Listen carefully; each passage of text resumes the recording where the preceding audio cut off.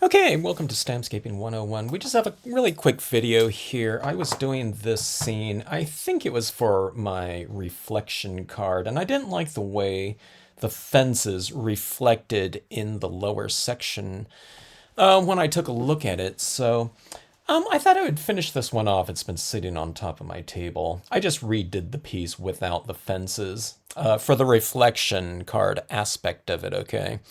But I like this scene, so I thought I would just finish it off.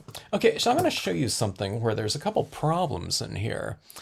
I kind of blurred, I don't know, a couple of these little areas down here. You can't really see it too well, but I definitely blurred the smaller winter ash impression when I was making it. I probably skewed it a little bit on top of this photo paper.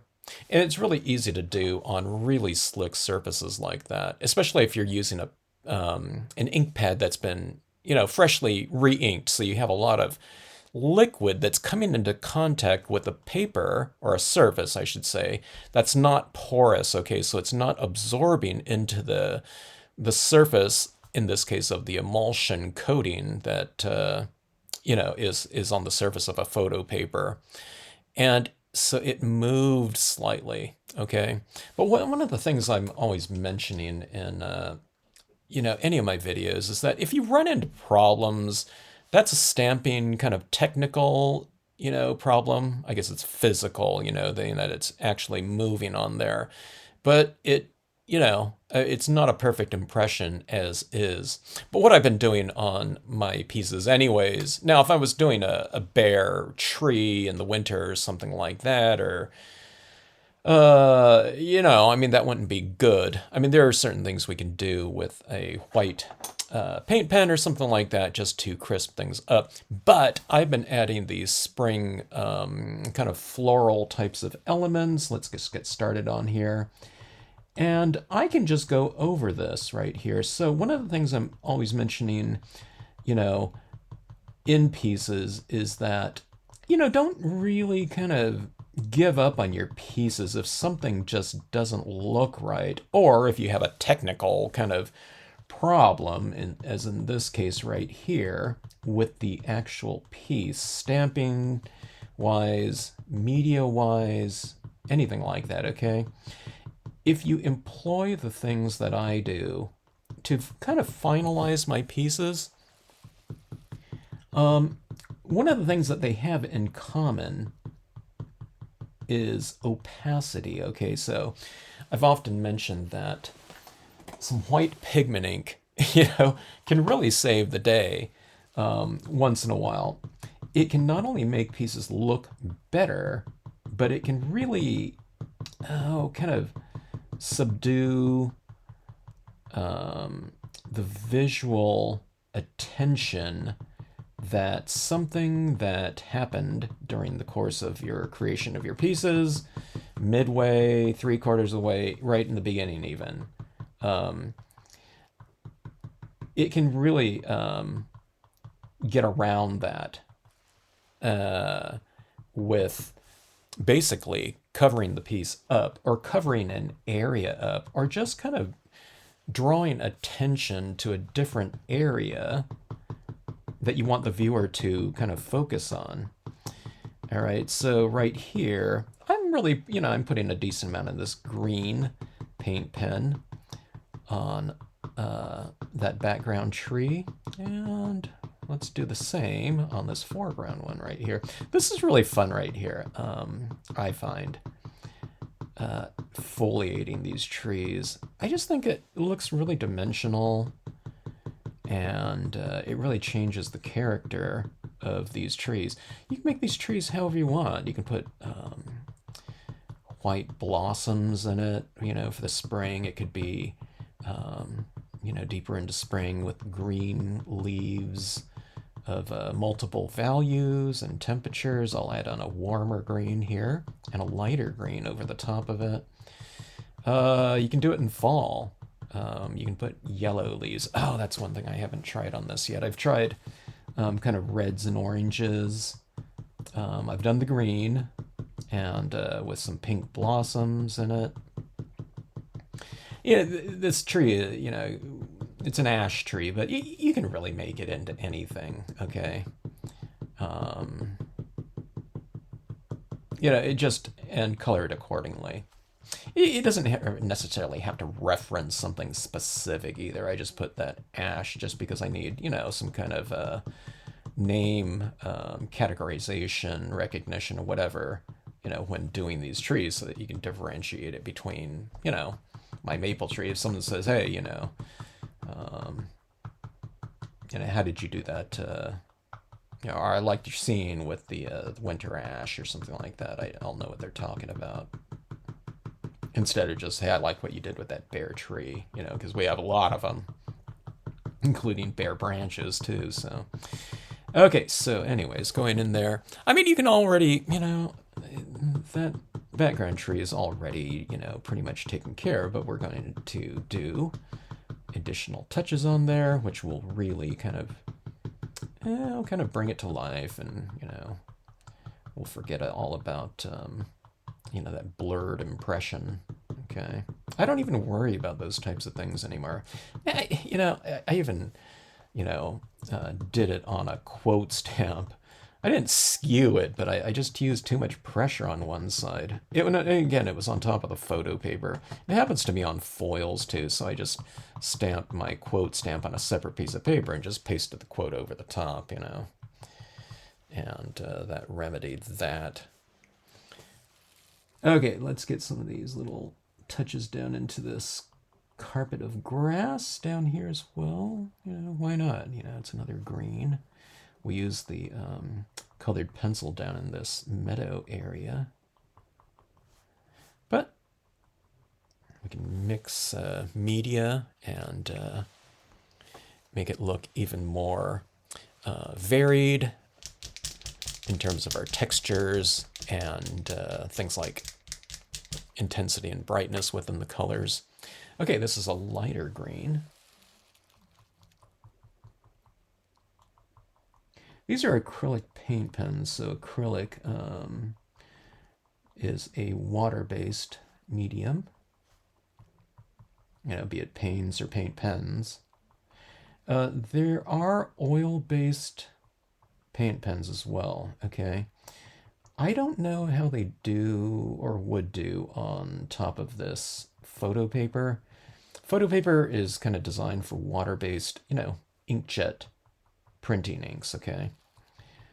So this dries on here really easy. The emulsion of this paper, you know, just takes it and, you know, quick dries it pretty much.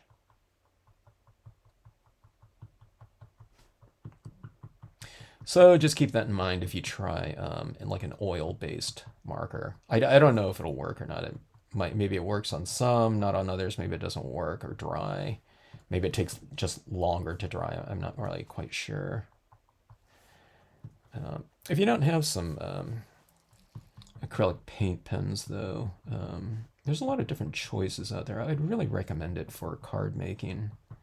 It's just a really great accessory for that opacity. For me, in scene stamping, it really makes it possible to kind of bring the background out closer to us dimensionally. Things look a little bit more three-dimensional with them.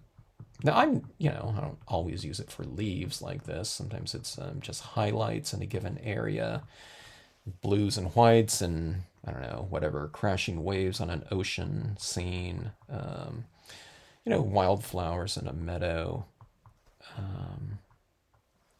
stars in the sky. Just a lot of different usages, okay? A lot of the media out there traditionally in rubber stamping, just in general, have been just different versions of transparent colors, be it dye-based inks, watercolor pens, alcohol inks, pigment inks, they're kind of opaque. They're translucent, but, you can really see through them. even colored pencils, you can layer them down on top of one another, and they're really kind of, I would say they're closer to transparent than they are opaque for sure. They're somewhere in the middle somewhere. But when you start moving into things like this, it's really kind of moving much closer towards opacity. So you can cover things up, you can put light on top of dark, in other words. I've been using inks my entire adult life in rubber stamping, and this is white, by the way. And, so I've just been dealing with transparent media, so I really kind of changed up on a lot of techniques in adding different types of methodology and looks with my acquisition of things like, these cheap paint pen sets. And, okay, just from a technical aspect too, they just work. Okay, I haven't had any clogging. I just shake them up and they're ready to go. They really have a lot of the chemistry of these pens down. And like I said, this one's just a really inexpensive set here. So I really love it. It's given, I don't know, my stamping kind of I don't know, just a fresh kind of look about it.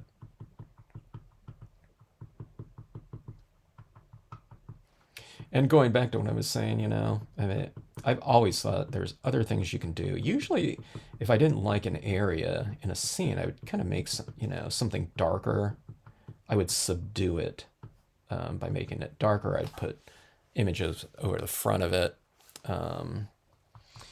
Things like that. I mean, I've been using like Brilliance ink too for a very long time, and that's really done wonders for problem areas within a scene. But these pens have really been, a great ally. Like I said, it's not just to cover things up. I think it just makes things look better too. I'm trying to think now if I've used them on every single scene that I do. I think I might. Not always these big ones. Now, this is a 3mm pen, which is a big, thick one. I think they designed these for, I don't know if it's solely for it, but rock, I don't know what they call it, rock painting or something like that, where you just draw on rocks, like little patterns or something like that. And people, just put the rocks or grab the rocks from the garden or display their rocks in the garden. I don't know if it's for kids that are doing it or adults. I'm not really quite sure. I didn't know it was such a big thing, though. All right, so we have these trees, kind of these white blossoms in it like that. Yeah, it really brings the piece to life. It's really fun. I was gonna put some of these other kind of the smaller 0.7mm pens, but I don't think I really need to. I think it looks pretty complete to me. But here's a 0.7mm. Call this the extra fine paint pens. This one's an Artistro. I'd really recommend the Artistro 42 pen set. These have been, a really great set to work with. I have them right in front of me at all times, and I use a lot of the different values of them because the set has a really great range of values in all the different hues. All right, so on something like this, I'm just kind of see that difference between that fence and this one. See the highlights on this one, how much more dimensional it looks. I'm just going right along the top sides of this, these fence, what do you call it, rails. like this, and highlighting it like that. The highlight is actually in the design itself, but you know, when you do so much coloring, oftentimes that highlight's not really that visible anymore, so I'm just kind of going in here and reiterating it, you know, kind of putting that highlight back in there. All right, so see those fences, the two fences there look a little bit more dimensional. If you want to, you can even put a little bit of highlighting on your tree trunks or branches like this. And it can make your tree a little bit more three-dimensional looking as well.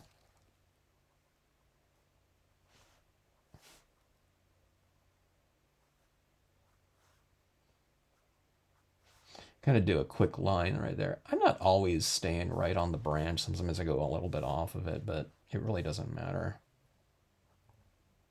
It goes back to kind of the user-friendly nature of this, you know, these types of marks like this.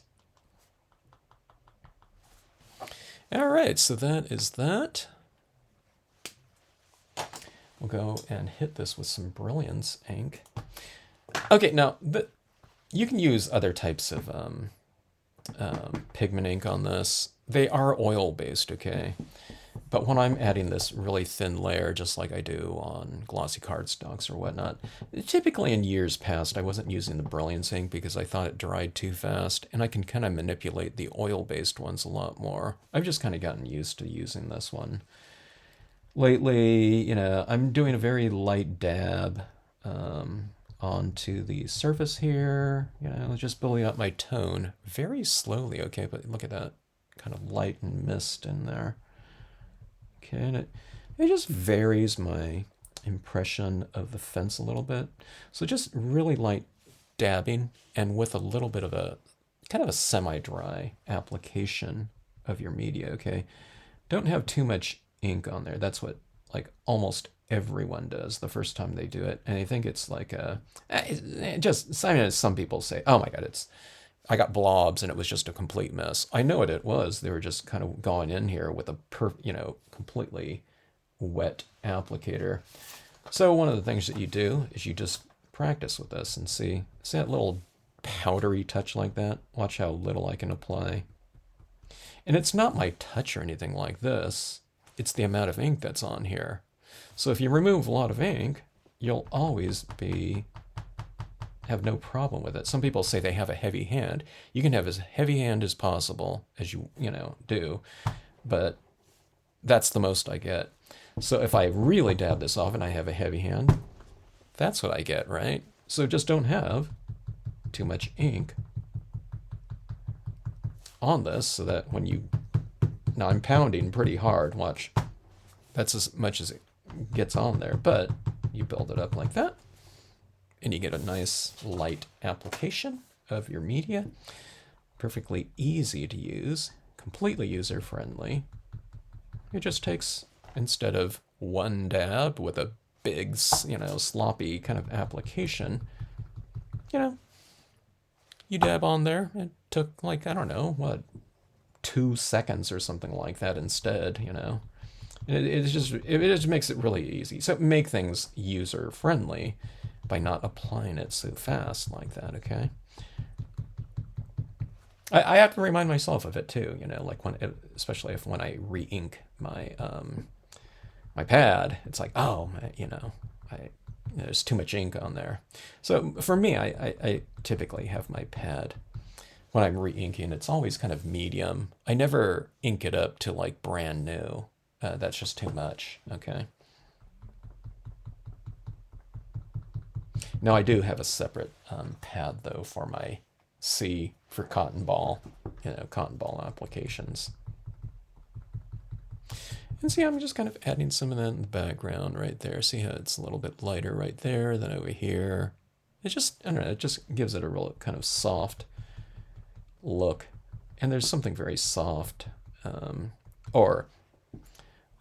there's something very, I don't know, kind of seductive about really super soft lighting,